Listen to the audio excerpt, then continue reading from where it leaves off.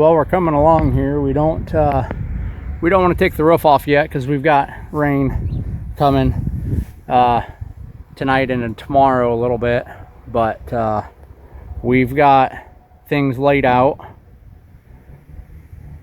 We've got our holes marked. So these are existing electric fence posts, so those will be fun to dig. But we are laid out. We've got the transit out. We're going to shoot grade and see how far off level things are, but these will be fun here, cutting into the concrete. One there.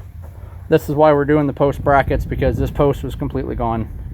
So this was it that I cut off the bottom, and yeah, there was nothing left of that post. So this post here is no longer attached. So they're just rotted off the ground, but it's almost 50-year-old lean-to, I think. At least the building was built in 72, I think, somewhere around there. But so we're gonna leave most of this on, but so again, we're all strung out. She's all laid out. She's square, and we're gonna get the post hole digger on the tractor and knock some 12-inch holes in the ground.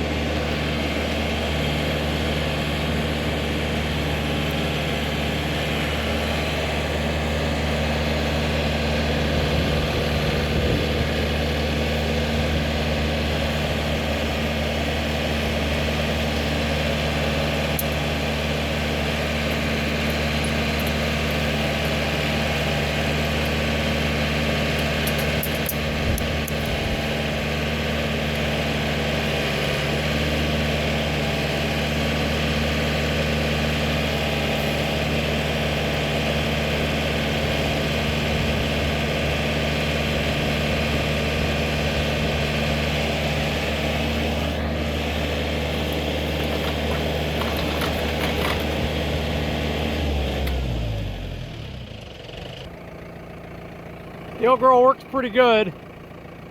She's rusty but trusty, kind of the theme of all of our stuff here. It's all hydraulic. So. Order! Bring the snacks over! We have snacks that we're eating.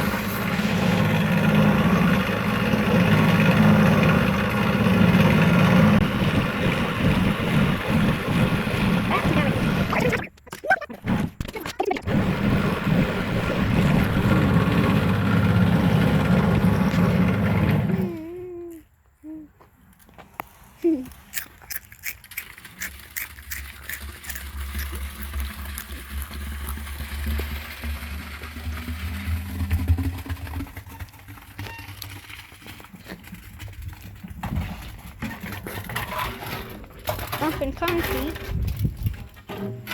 Alright, there's 2 bags. How many more to go? Oh, 6 more, I think. Uh-oh. Going back over here. Well, today is Saturday, October 12th, and I should be in a tree stand right now, but I'm not. We work till 5:30, 6 o'clock tonight. So most of the lean-to is apart. Really, all we've got to do yet is take the roof off, take the post down. But we're waiting because, as you can see, we're supposed to be getting rain tonight. So there's that. But just kind of show you what we did today. We laid everything out. You see the yellow string here. We laid out our post holes. We drilled 6 12-inch post holes down to about 42 inches of depth. Installed our sonotubes, poured concrete, and set our brackets. So we're all set with that. We are oh yeah, they're starting to set up real nice.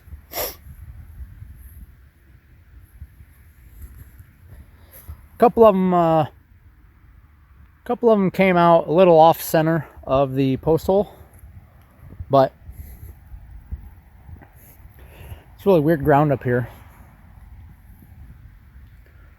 Some of it is a couple of these holes were nothing but sand that came out of them, and then some of them were nothing but kind of like an aggregate mix, which is interesting, but it is what it is. So yeah, all of our brackets are set. They're plumb and they're square. So at this time we're just letting things further set. The old lean-to's mighty airy right now. There's no walls left on it. Except this big thing. Only the ceiling.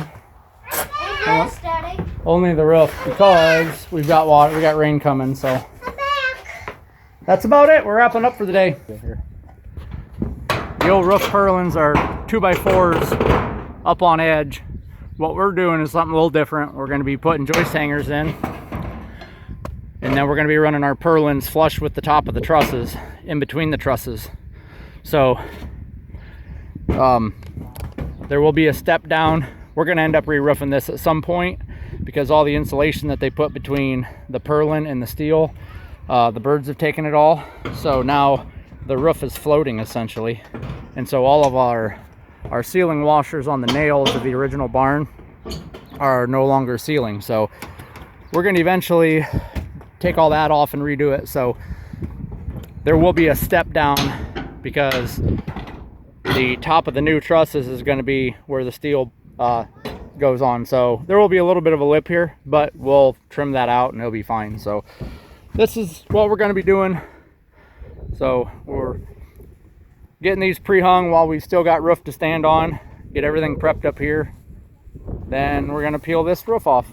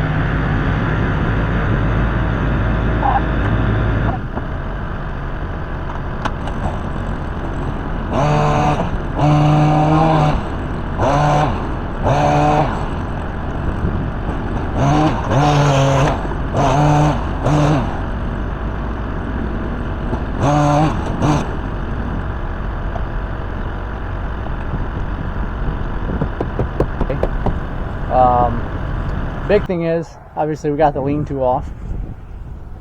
And then after we got the lean-to off, we went and picked up trusses.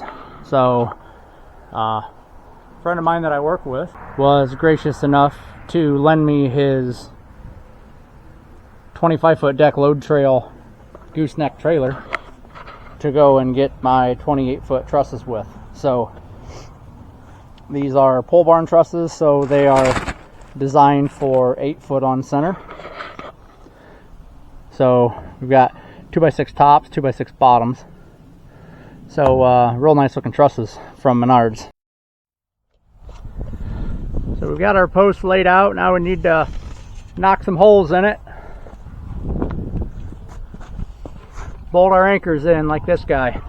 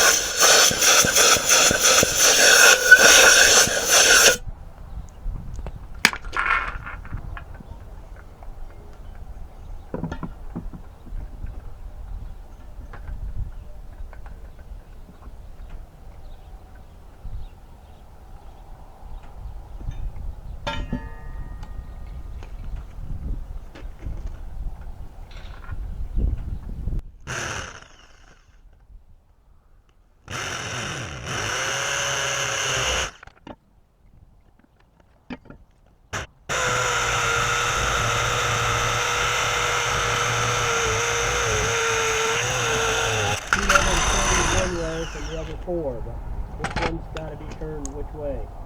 So these are the ones that are correct, these ones are correct Are you too. sure? No, the green ones aren't right. Yeah. Turn your thing over here.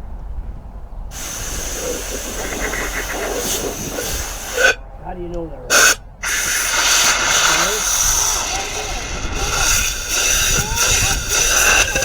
Side and one of these ones on either side. Alright, you're right then.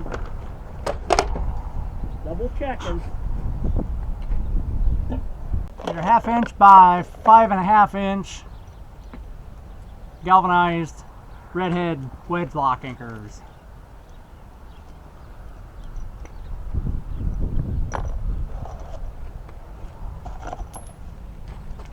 So they're shaped. There's this split collar around with these dimples on it. You drop it down a 1/2 inch hole, and then as you tighten the bolt, it pulls this wedge down here through this sleeve, expands the sleeve, and wedges it into the concrete hole that you just drilled.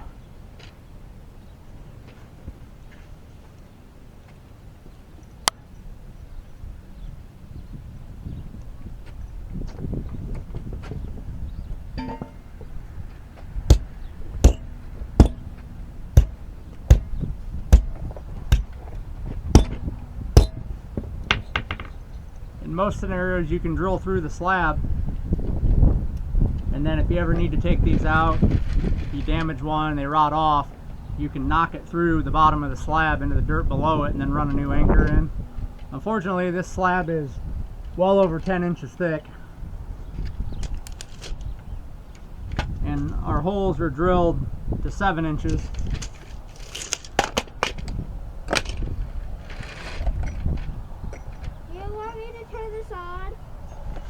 No.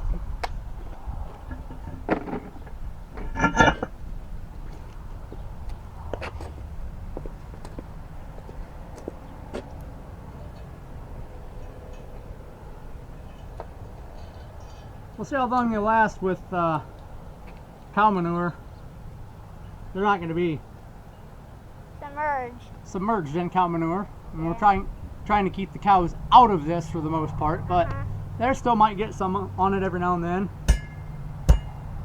Yeah.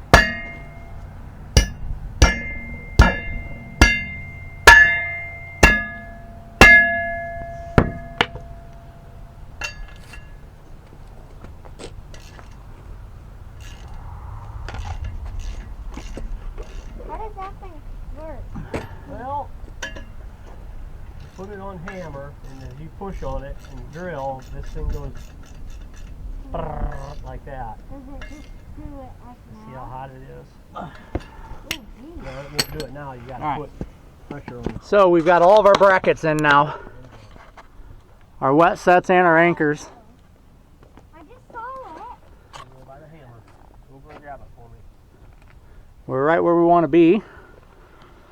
8 on center. Do we need to take the drill bit off? Okay, where? Both sides. So we've got all 10 brackets laid. So now we're going to go get our posts. Other way. Got our transit set up. We're going to shoot the bottom of each one of the brackets, see where our elevation difference is between each bracket, and then we need to go up and measure the bottom of the bottom quarter of the truss and see how long we need to make each one of our posts before the notch that the truss will sit in. So we'll include some detail of that when it comes. So what we've done here is, using a transit, we went ahead and, well, first off, using a transit, we marked out a 0, and from this 0 line we took an elevation measurement to the bottom of the truss on that side, the bottom of the truss on that side. What we found was the south point of the truss is a 1/2 inch higher than the north edge. So the truss is out of level about a 1/2 inch, and we're going to correct that. We've got it all laid out. So then what we did is we went ahead with the transit, and then we shot our elevation to each one of our post brackets, and then figured out from the post bracket to the bottom of the truss dimensions, so that when we take our posts, the top of our posts will be like this, notched out. So from here up to here is going to be our X dimension, which is called out on each one of these here. So the post will be, for post 1, the post will be 132 3/4 of an inch to the bottom of this truss notch on this post. So the truss will sit right in here, and then we'll nail it into here, and so all of the load from that truss will go straight down into the post. And on all of our trusses, the trusses will be on the east end of each post, and the face of the truss back to the face of the original truss will be 8 feet. So we're 8 feet, 16, 24, 32, and 40. So basically now I've got my posts. So this one's 5 4/8, and then there's the rest of my posts. So I'm going to be laying them out, squaring up the bracket end, and then measuring from the bracket end up to where we want the notch to be.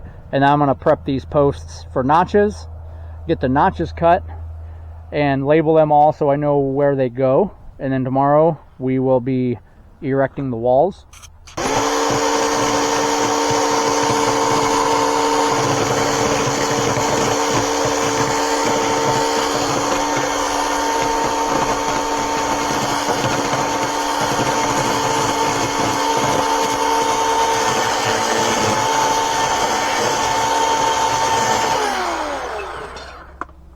So if this is our truss, sits right on the notch.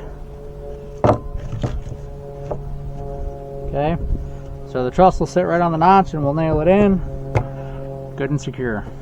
So that's one done. So since the posts are facing east, that means that this face here, this is where our wall girts are going to be. So need to lay those out as well, mark them. I'll probably do that once all of them are cut. That way I can lay them all up here 4 or 5 at a time, and then just gang mark them. That way it's a lot quicker. Alright, so we're working on post number 5. Actually, it's post number 8 if we want to go in the order of things, because this is one of the narrower posts that I cut. So it goes in its own post bracket. So that's post number 8 on the diagram. Anyways, 1, 2, 3. This is a white oak, I believe. This is a red oak. I don't know if the camera shows it really well, but really pretty red oak. Yeah, there's a bit of bark in this, and it's not a full dimensional 6x6, but it's red oak, and it'll do just fine. So when I lay it out here, as far as the notch, I go 1.5 inches deep because that's the thickness of the truss, and then I set my saw here to 1.5 inches blade depth, and then I just make a bunch of score marks and then hammer it out, and then take my chainsaw and go back here and smooth it out. And I know when I'm good when these are the original marks that I made here from cutting with the circular saw, and so I just go down with the chainsaw and just level this out until these marks go away. So as you can see, I've still got a little bit here. This is high. Everything else has been cut away. And then once that's done, I sit my 1.5 inch piece in here, and then I come down here and look at it, and boom, nice and flush. And again, this is red oak. So this slightly undersized post here weighs more than this one, and this one put together. I mean, it's just super dense red oak, and that's what all these are. These last remaining 4 are red oak, and yes, there's 5 up there, 4 down here, 1 out there. That one I left too much sapwood in it, not enough boxed heart, and the thing twisted and warped real bad. So I have to go back and mill 1 more tomorrow at some point. But so yeah, that's how we do this.